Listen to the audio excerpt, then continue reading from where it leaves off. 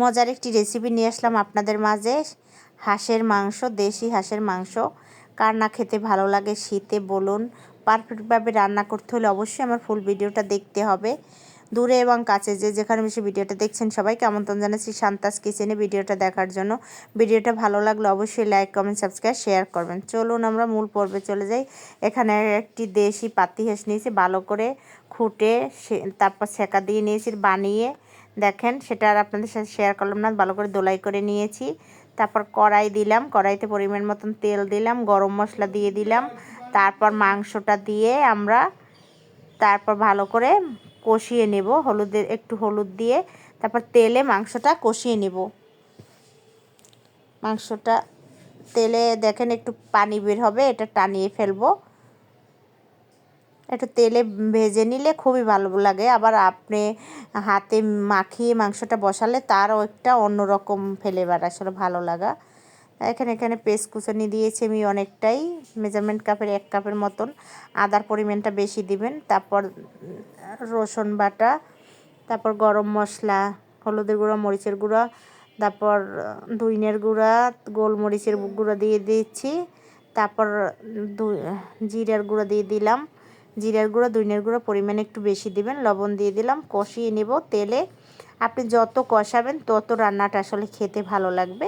এটা সব রান্নার উপরই, আসলে সবাই আমরা রান্না করি ভালোবেসে রান্না করলে অবশ্যই ভালো হবে। তারপরও আমার অবশ্যই এই টিপসটা মনে রাখবেন, যত কষাবেন তত ভালো লাগবে। তেলে আমরা 3 থেকে 4 বার মাংসটা কষিয়ে নেব। মাংসটার একবারে সেদ্ধও হয়ে যাবে এবং কষালে মাংসটা খেতেও ভালো লাগে। এভাবে একবার আপনারা ট্রাই করে বাসায় দেখবেন। দেখেন আমি একবার কষানো হয়ে গেছে, তারপর আবার পানি দিয়ে দিয়েছি, গরম পানি দিয়ে অবশ্যই কষাবেন। তারপর দেখেন আরও একবার কষিয়ে নিলাম।